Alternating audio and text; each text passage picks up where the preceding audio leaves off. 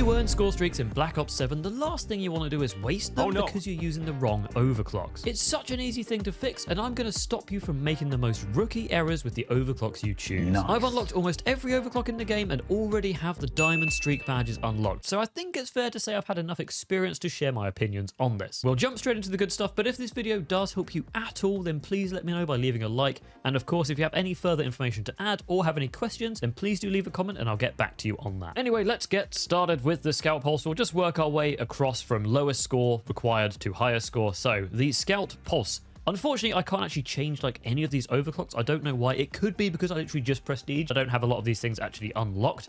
I can't change the overclocks I'm using on it. Just because I've got it equipped here doesn't necessarily mean that's the one I'm going to say. However, in this case, I do think that the enhanced sensors overclock on the scout pulse is the best option. It's already a cheap enough streak that having access to this more often isn't that relevant. Like, the discount you get from it isn't huge, so realistically it's not making a huge difference, whereas knowing the direction the enemies are facing when you use your scout pulse is really significant information and can help you predict where they're going to be going and make your play based around that. So enhanced sensors is definitely the best scout pulse overclock. But the RCXD armor plating is just incredibly good. It almost makes it immune to bullets. I know it doesn't, but there's so many times when I'm using an RCXD that the enemies just cannot kill it. They see it coming, they're shooting at it, it doesn't make a difference. I just drive straight at them, you know, throw a jump in there, throw a bit of juke in, and they have absolutely no chance. It's almost a guaranteed kill. The only real counter to RCXDs in this game is flak jacket. Shooting them if you've got armor plating on is pretty much pointless. And yeah, comparing that to just being able to see enemies who are a bit further away, irrelevant. For the UAV, a lot of people run the dispatcher overclock, but I think that is wrong. Yes, it's equipped here, but again, I cannot change it. I would be running countertech if I had the choice. Let me show you. I'll click on countertech and boom, it does nothing. But yeah, countertech I think is so much better because if anybody is trying to shoot down your score streaks, if you're just running dispatcher, it's so easy. As someone who is working on the ARC M1 Prestige Max grind, when I see enemies are using the dispatcher overclock and I can one-shot them with the launcher, I will shoot down every single UAV I possibly can. If they're running countertech and it therefore takes 2 rockets to destroy, I basically stop trying to destroy them entirely because it's not worth my time anymore. Further to this, for you as the UAV user, countertech is great because when enemies are trying to shoot down your UAVs, you can easily hunt them down on the map whilst they're distracted, shooting their rocket once, reloading the rocket, looking back up, charging it up, or getting the lock on, and then firing again. Countertech takes the enemies who are trying to destroy your UAVs out of the game for so long, it's actually so much better than dispatcher in my opinion. Obviously, not everyone shoots down UAVs, so in that world, where there's not a single enemy on the other team who is trying to shoot down your UAVs, then sure, dispatcher is better. But I think in general situations, countertech is the better choice. And by the way, that is what I'm basing all of my opinions on in this video. Every single overclock in the game has a niche use. Well, I think that's true for probably every overclock. Maybe there's some in there that are completely redundant. But more or less every single overclock has some level of niche use. What I am advising you guys on is the general best options for your overclocks. Obviously, if you can think of an example for your specific gameplay or a specific thing you want to do where a different overclock to what I say would be better, then of course use it. But in general, I'm trying to advise you guys on the best thing you can use most of the time. With that being said, let's move on to the care package. Again, I think dispatcher is a lot of fun. You do get the care packages constantly, but you are spending more time waiting for your care packages to be dropped in than you are actually playing the game and using the streaks you're earning. Therefore, Jackpot Jinx is the better one because that's essentially 2 care packages in a row, being able to re-roll your first one, but you don't have to wait for 2 planes to drop them off. For counter UAVs, this is exactly the same argument as UAVs. Countertech is by far the better option. Obviously, counter UAVs are a bit harder to get than UAVs, so bringing their score down can be quite nice, but again, realistically, you want to just prevent enemies from being able to interact with them at all, so increasing their health is definitely the best option for getting more out of this streak. We've then got the skewer. I think high efficiency fuel is better because now people understand what the noise is when you get targeted by the skewer. It's like a kind of screechy noise. People know to go hide from the skewer when they're being targeted by it. Therefore, having increased velocity on your skewers means those enemies who do know it's coming for them have less time to go and hide with something over their head, which means you're more likely to get a kill with your skewer. Making the skewer target higher priority enemies, in other words, enemies who are doing better on the other team, is obviously kind of nice for ending some streaks, but again, a player who's on a big streak probably knows what the skewer noise is and will know to hide from it. Obviously, sometimes you can't always find cover in time and it will kill them, but again, I think increased velocity is just the better choice. Next up, we've got the new Deadeye drone streak, which was released in week 3 of season 1. This is a flying sniper rifle. From what I can tell, it's basically a mounted Warden 308 on a drone. I say that because it's not always a one-shot kill. If you hit like their arms or lower body and legs, it doesn't one-hit kill enemies. You've got to hit them in the upper chest or head to get one-shot kills with this. And my first impression of this streak was that it absolutely sucked and you should never use it. But once I got used to it, and a big tip for using this thing is when you're taking your shot, make sure the thing is stationary. If you're whizzing around and trying to shoot people with a sniper rifle, it's really hard to hit the target. So try and get as slow or stationary as possible and then take the shot and hit them in the upper chest or head to get more consistent kills. When I was used to this, I think in one game I managed to get about 20 kills with it. It was actually so good. It's not the best streak in the world, don't get me wrong, but for its price and once you get quite good with it, it is very, very effective. But in terms of the overclocks, both are quite good, but if you're struggling to use it and just trying to get the mastery badge, I'd probably recommend Grenadier, as this makes it a bit easier to get more kills. However, if you're used to it and you're actually enjoying it, then Extended Mag is definitely the better option, because once you're able to hit your shots consistently and get one-shot kills with this thing, it's actually very, very strong. By the way, feel free to spy on my mastery badge progress for each of these. As you can see, we've got the bare minimum for the Napalm Strike. But in terms of the overclocks for this, I personally think Hellfire is better.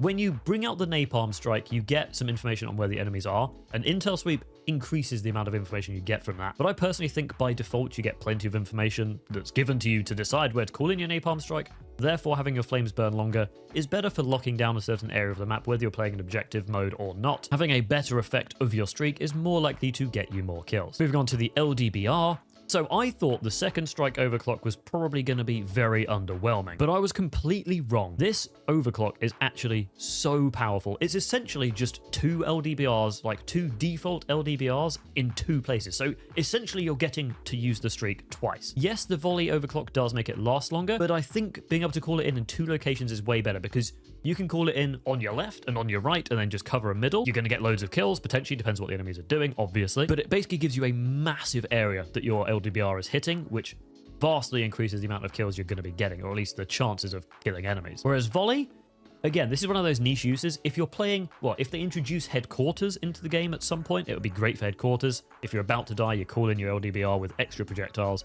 It will lock down that area for longer and help your team get more points. Or more relevantly for hardpoint, if you wanted to ensure the enemies can't push you from a certain direction for a long time, then you would use volley and just lock down that direction. But I still would think second strike is better in hardpoint, because you can just lock down two directions for a good 10-20 seconds anyway. So if you've not tried second strike because you've written it off because it says it's reduced payload per zone, ignore that. It's still really good. Give it a go. We've then got sentry turret, and I hate that it's got remote link as my default option, because this overclock absolutely sucks. Yes, it's hilarious being able to control a sentry turret yourself. You have infinite ammo, so you can just hold down the trigger and just point it at a door, and no enemies can get through it. But the sentry turrets are so weak in terms of damage in this game, you're still not going to get that many more kills even if you are controlling it yourself. Whereas the ball pivot, you can just put the sentry turret down, let it do its thing, and I'm pretty sure it gets a 360 degrees turret rotation coverage. I did try and test this and it looked like it did. If it's not 360 degrees, it's close to it at least. A sentry turret's biggest weakness is its blind spot behind it. So taking that away entirely, or almost entirely, is incredibly strong. Ball pivot genuinely makes sentry turrets actually somewhat usable in this game, which is words I thought I would never say. Next up, we've got the hand cannon. Extended mag is by far the easy, obvious choice here. I don't really see what a dual-wield hand cannon would ever do for you, other than just take away your accuracy, leave your life up to RNG, and be a miserable time. Like, akimbo hand cannon is the craziest thing I've ever seen, and I don't understand why it's even an option. Yes, it would be funny, but it's not a good option. And speaking of leaving your life up to RNG, if you want to see more of my content and want to see me take on the Singularity camo grind in multiplayer, where an RNG wheel decides the order I unlock every single weapon camo, then go check out RNG Camo Mastery, which will be linked in the top corner of your screen right now. The whole playlist will be there for you. I've almost unlocked Singularity in this way. It's a lot of fun. I do it every single year, and I cannot recommend the series enough if you're new to the channel. And that was actually quite a good plug, I'll give me that. But anyway, on to the next score streak is Hellstorm.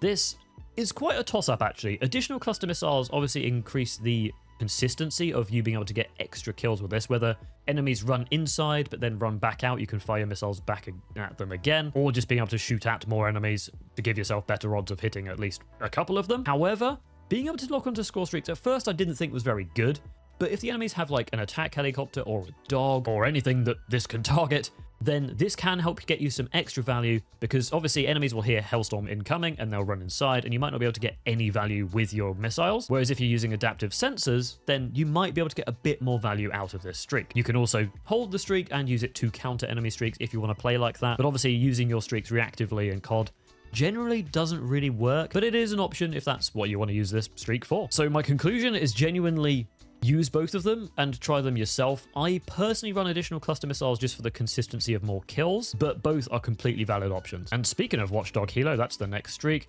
Armor plating is by far the best option here. However, guard mode can be good as a niche option if you're a domination player and you specifically want your attack helicopter to just lock down the B flag or an A flag or C flag or whatever, then sure, guard mode can work. But I generally think the pathing on the Watchdog Helos are pretty good anyway for just covering the map and just generally causing the enemies to have to hide from it. So I think armor plating is better so it can stay on the map for longer. For the Gravemaker, technically, the best overclock is no overclock, and I'll explain why. If you don't run any overclocks on the Gravemaker, and I believe the hand cannon actually, the kills you get with it count towards your kill streak for a nuke. So a very good strategy is to run UAV, Gravemaker, and Harp, or hand cannon, Gravemaker, and Harp. Get yourself a bit of a streak going, then back off, use your Gravemaker to then get those last few kills for the nuke and win the game and enjoy your calling card. So technically, if you're going for nukes, then you don't want to run any overclocks on your Gravemaker. You can also run Looper to get more Gravemakers as well, by the way. But if you are using the Gravemaker as a streak and not necessarily trying to get nukes with it, then both of the overclocks are definitely good options. Fast charging makes it easier to hit enemies because you spend less time charging, so you don't have to track them for as long, whereas extended mag gives you more opportunities to kill more enemies. So if you're good at tracking enemies through walls with the Gravemaker and you know how far to lead them when they're far away, then extended mag is the better option. But if you're struggling to hit enemies consistently, fast charging might be your best bet. And next we have got the Interceptors, one of the only two that I don't have the Diamond Mastery badge for, and that is because they are just complete garbage. They cost a ridiculous amount of score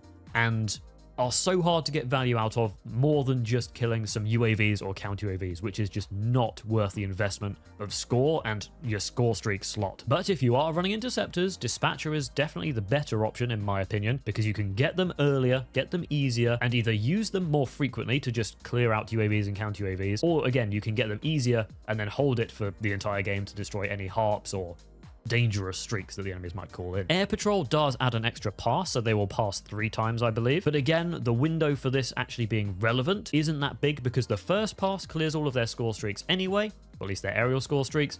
And then the second pass probably clears anything if there's any straggling UAVs they call in just afterwards. The third pass is almost certainly not getting any value, and being able to call them in without any detected threats is such a niche case. Like, the only time you would maybe do this is where it's a hardpoint game, you're on like 240 points, the enemy is on 245, you don't want them to call in any streaks whilst your team is on that objective, so you just call in your air patrol preemptively and you hope that they were about to use something to try and take the point from you. I don't know. It's just such a niche use. I don't really see any use for it. So Dispatcher is definitely your best choice. And then we've got the Dog. Large battery is definitely a good option, but I genuinely think Sentry Mode is actually very underrated, and I never see anybody running it, at least in objective game modes. The fact that Sentry Mode makes it a trophy system, gives you ammo from it, it is a field, what's it called? A supply pack. Isn't that great, but is something. And increases its like health from bullets, is really good. I'll hold my hands up and say I've only used the Sentry Mode a few times, but from when I did use it, it is actually a very good option. But when I did use it, it is actually a very good option for holding down objectives and winning more matches. I guess technically large battery probably will get you more kills with the Dog, because it will be able to roam the map for longer and find more enemies. But if you're looking to win games and just lock down a point, like in Domination or Hardpoint, then Sentry Mode is actually really good. We've then got HKDs. This one, again, is a big toss-up for me, and it's really hard to tell which one is actually better. Extra Drop Pods is very good for potentially earning you more kills, because you get more HKDs on the map to kill more enemies with. However, the HKDs can be very easily killed, so most enemies who are trying to stay alive will just shoot them. Sure, you'll get some kills on people, it's hard to shoot every HKD there is, but just a few lucky shots and you'll be able to kill HKDs with this overclock on. Compared to armor plating, sure, you get fewer HKDs on the map. However, when an enemy is shooting at them, it takes so many more bullets that it is infinitely more likely to actually kill them. I would be really interested in some like proper scientific looking into this, where you call in 50 HKDs using each of these overclocks and see how many kills you get. I think they would actually come out probably dead even, but I generally run armor plating because I prefer knowing enemies are going to die versus having the chance of getting more kills, but if the enemies want to shoot them and stay alive, then you'll probably get less kills. Next up is the Rhino, and we are almost done with everything. You can either increase the runtime you have for the Rhino, or you can have a sonar pulse that reveals the enemy's nearby location. I think Power Module is by far better. Again, the Rhino is one of the few streaks I haven't actually got all the overclocks for. That's because I've been prestiging a lot. I'm prestige 9 right now, so I've not actually had much time to use Rhinos outside of care packages, which don't count towards your overclock progress, by the way. But from what I have used with Rhinos, I think that having an extended runtime is a better option, purely because you get more time to roam the map and just hunt down the enemies. They're not that hard to find. Obviously, Sonar Pulse is quite good because people will hide from you in your Rhino, so being able to track them down is quite nice. But you could always save a UAV for when you get a Rhino, use your UAV, use your Rhino, and then use that to help you. So personally, I think Power Module is the better choice. Then we've got EMP systems. You can either make them cost less, or you can prevent enemies from using Scorestreaks and field upgrades for a long duration. I definitely should have tested what this long duration meant, but I'm pretty sure it's going to be at least 30 seconds, more likely an entire minute though. Therefore, I think Signal Blackout is the superior option because, sure, Dispatcher having an easy EMP is nice, but ultimately the effect of the EMP isn't actually that great. It takes away the enemy's HUD, which obviously is annoying and can significantly affect their gameplay. And obviously it takes away their red dot and any like electrical sights that they're using. But being able to prevent them from using any score streaks and field upgrades is so much better on top of that versus just having the chance of getting maybe 2 EMPs in a game. Like the amount of EMPs you will potentially earn in one match won't be affected by Dispatcher most of the time. So Signal Blackout is by far the stronger option here. And then we've got Harps. Dispatcher, in this case, is easily the best choice. Harps are so strong in every Call of Duty game. To be fair, Black Ops 7 is the weakest they've ever been because of the Scout Combat specialty, but they're still incredibly strong. And being able to get your Harp earlier is massively important for being able to build bigger streaks, or even if you die straight after getting it, you can call it in and then potentially earn a new one anyway. So comparing that lower score cost, which by the way is only 100 less score, which isn't a huge amount, but it's something. Comparing that to Flare System, which only works against lock-on rockets. I don't understand why it's not just increased health versus rockets and like an increased number of flares or something. The fact that this overclock only counters the arrow at the time of recording is so bad. Like anyone who uses the arc and gets used to shooting harps out of the sky with it will just decimate your harps, and this overclock is literally doing nothing for you. It doesn't even increase the harp's resistance to bullets, so it's genuinely almost useless. This is one of those rare overclocks that you almost might as well just not bother using. It's doing so little for you. It's not even a competition. Dispatcher is definitely what you should be running on your harps. And then the VTOL warship, you've got the choice of either armor plating or engine boost. Engine boost, again, is virtually useless. Being able to break an enemy lock-on with a boost, like who cares? You're probably just shooting them as they spawn anyway. And if you don't notice somebody's locking onto you, then it's not doing anything for you. You're still going to get hit by that rocket. Whereas armor plating, a lot of people will shoot your VTOL. Not everyone even runs launchers. So again, in some hypothetical world where the enemies don't run any launchers or only one of them is, this second overclock's not really doing anything for you. Whereas everybody is running guns and might shoot your VTOL. Therefore, armor plating is just the better choice. And then finally, we have got the Legion, which is 1500 score. I've not even said the score for any of them, but I guess that's not the relevant thing. This is just what the best way to make the most value out of them is. You've either got the extended battery overclock or drone barrage. From my experiences playing against drone barrage, it doesn't really seem to do much. It just seems like overkill to me. If your Legion drone is going to hit someone, it's probably killing them. The drone barrage just makes that a guarantee, which obviously is nice. It means you're going to get potentially more kills with it. However, extended battery means that your Legion drones are in the air for longer, which means the enemies have to stay inside for longer, which means it's easier for you to know where to kill enemies because they're hiding from your Legion. And if you do kill them and they respawn outside and can't get to cover in time, then the Legion is in the air for longer to kill them on the spawn. So I think extended battery is the better overclock here. Drone barrage just seems like overkill to me. And that covers every single score streak in Black Ops 7. So hopefully this has helped you decide what you think is the best overclock for you. And I've given my advice on what I think is the best general ones you can be choosing. If this has helped, then feel free to go check out my other Black Ops 7 guides where I talk about the best overclocks to use on all the field upgrades, tacticals, and lethals. Or if you want to watch me grind some camos in the most fun and unique way that there is in Call of Duty content, then go check out my RNG Camo Mastery series where a Wheel of Fortune decides the order I'm unlocking every single camo on the guns. Literally the entire camo grind is documented over there, so if that's what you're looking for, then go check it out and have a good time. But either way, thanks for watching. Please don't forget to leave a like on the video if you have made it to this point, and I'll see you again sometime soon.